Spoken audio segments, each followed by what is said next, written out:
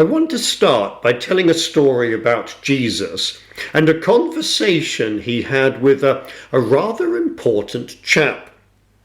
We're told that Jesus had been in Jerusalem, so we presume that he's still there, and all the action takes place one dark night in the spring of the year, whatever year it happened to be, but sometime nearly 2,000 years ago. Here's how it goes. Now there was a man of the Pharisees named Nicodemus, a ruler of the Jews.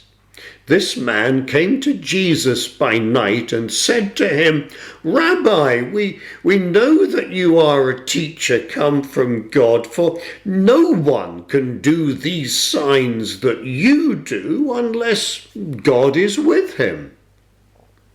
Jesus answered him, "Truly, truly, I say to you, unless one is born again, he cannot see the kingdom of God." Nicodemus said to him, "How can a man be born when he is old? Can he enter a second time into his mother's womb and be born?" Jesus answered, "Truly, truly, I say to you, unless one is born of water and the Spirit, he cannot enter the kingdom of God. That which is born of the flesh is flesh, and that which is born of the Spirit is spirit. Do not marvel that I said to you, you must be born again. The wind blows where it wishes, and you hear its sound, but you do not know where it comes from or where it goes. So it is with everyone who is born of the Spirit." Nicodemus said to him, "How can these things be?" Jesus answered him, "Are you the teacher of Israel, and yet you do not understand these things? Truly, truly, I say to you, we speak of what we know and bear witness to what we have seen, but you do not receive our testimony. If I have told you earthly things and you do not believe, how can you believe if I tell you heavenly things?"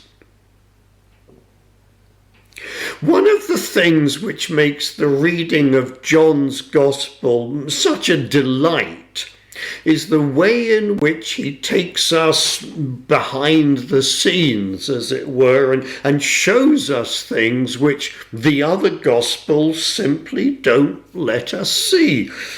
And I'm not necessarily thinking of any particular events, although this story is not related in any of the other Gospel accounts, but I'm thinking of the way in which John focuses more on the spiritual realities behind the life and teachings of Jesus. For example, John doesn't begin with an account of the birth of Jesus. In fact, he doesn't really mention the event at all, other than declaring the profound truth of his incarnation by making it known that the Word became flesh. No, John begins by making it clear that in the beginning was the Word. He's making it known that the true identity of the one we know as Messiah, as Christ, transcends all within the physical realm and is to be found with God even before the creation of the heavens and the earth.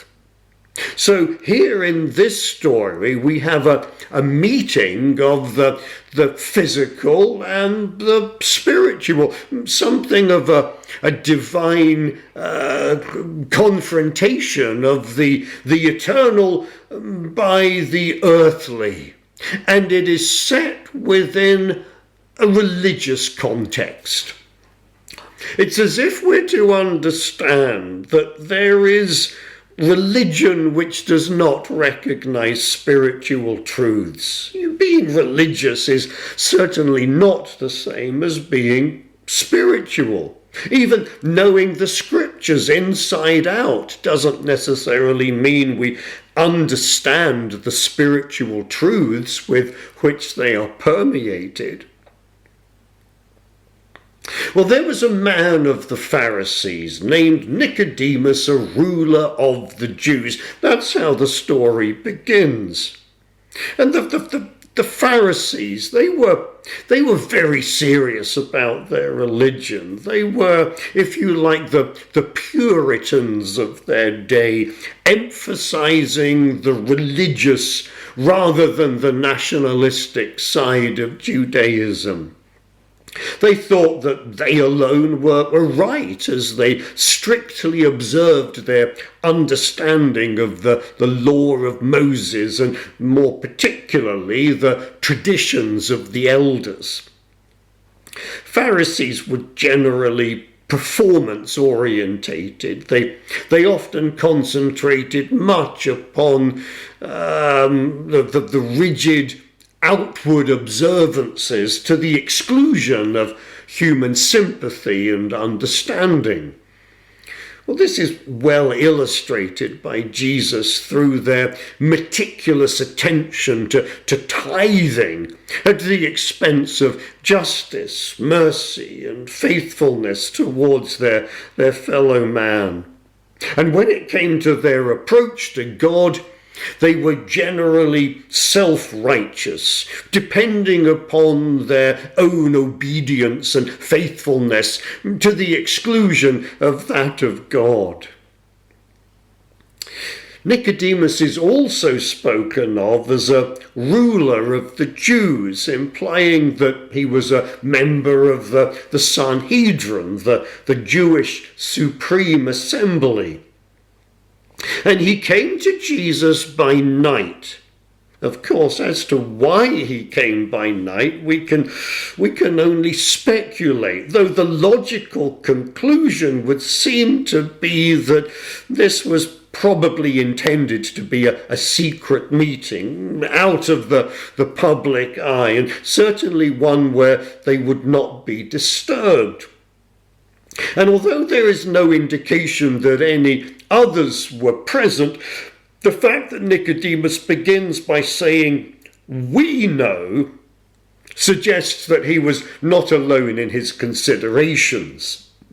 So he comes to Jesus, to one who was recognized by many as simply being the teacher or the rabbi from Nazareth. And he's probably struggling with understanding just who he is, remembering, of course, that like all of those of his day, they hadn't read to the end of the book. But he's struggling with understanding who this Jesus is and how he fits into his own understanding of God and life and the nation of Israel.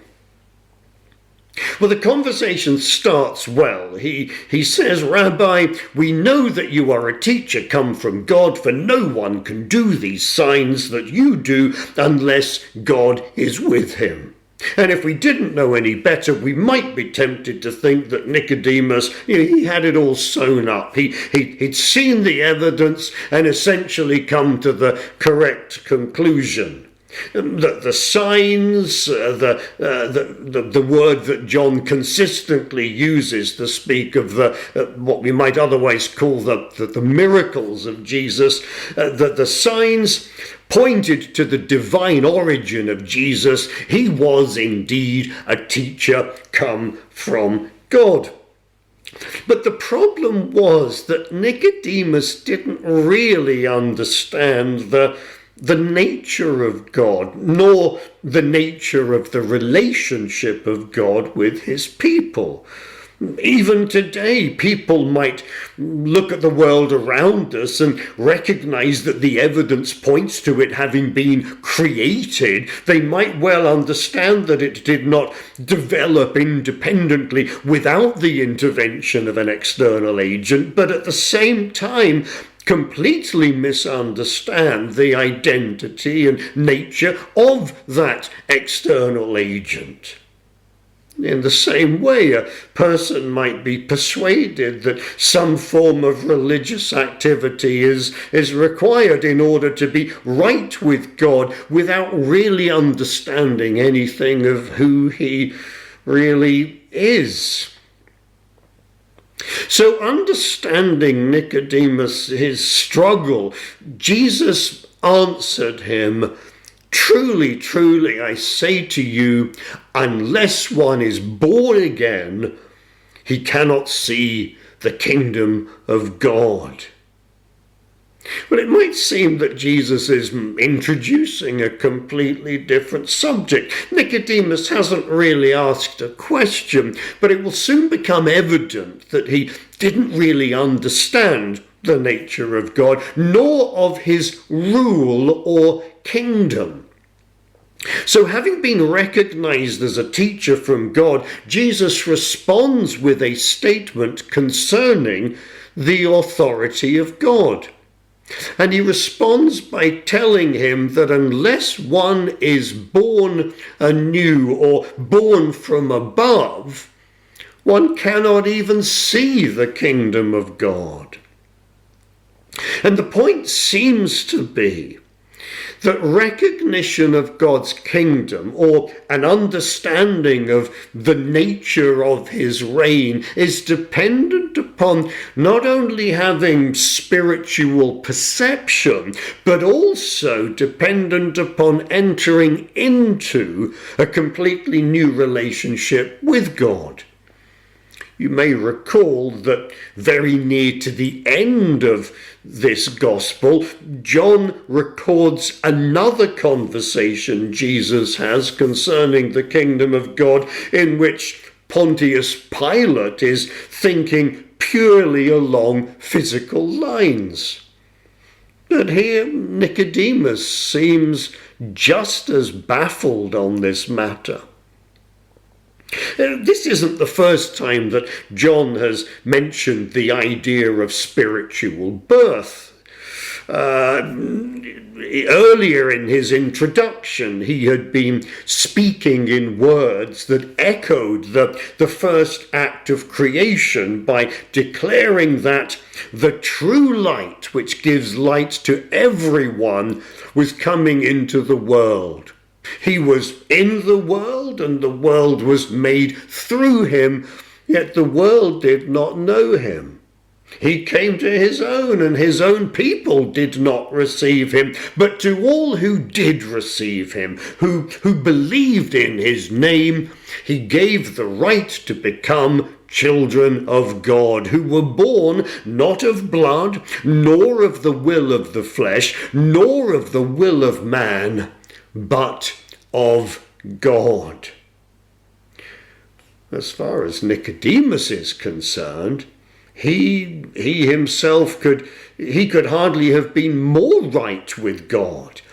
He would likely have seen himself as a prime candidate for being a subject of the kingdom. You know, he was a Jew, a descendant of Abraham and Isaac and Jacob, and presumably a very prominent and upright member of the ruling council. And as a Pharisee, he might also have seen himself as being a notch above the rest of them, the most of whom belonged to the party of the Sadducees.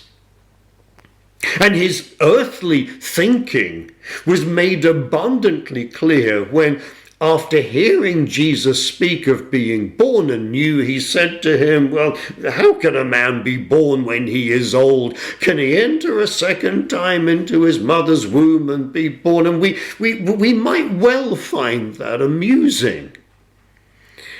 But is that simply because we've become all too familiar with the notion of being born again? Famously, Jesus replied, "Truly, truly, I say to you, unless one is born of water and the Spirit, he cannot enter the kingdom of God. For that which is born of the flesh is flesh, and that which is born of the Spirit is spirit.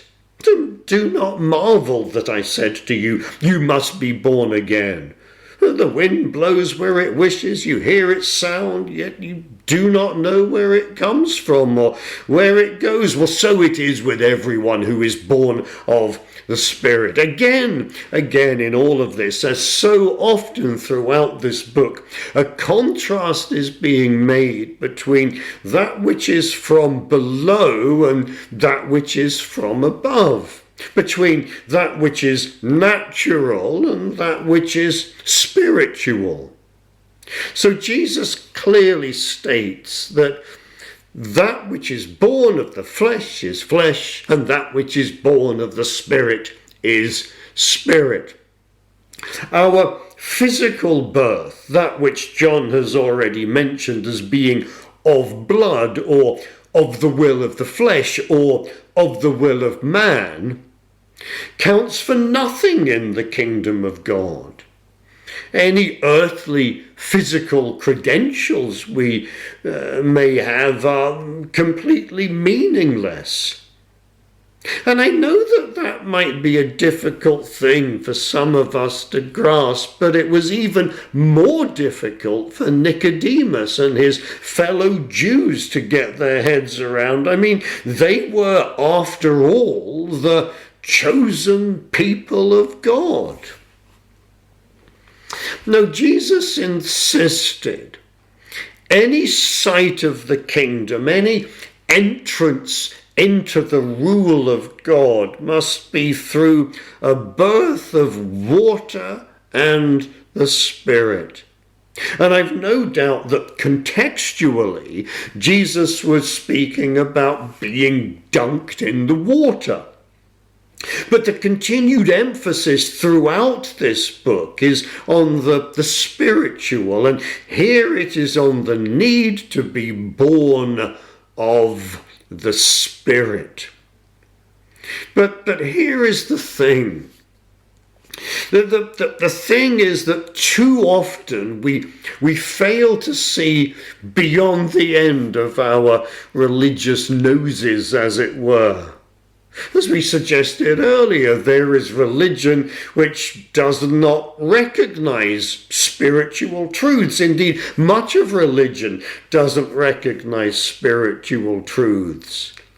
Being religious is certainly not the same as being spiritual or godly.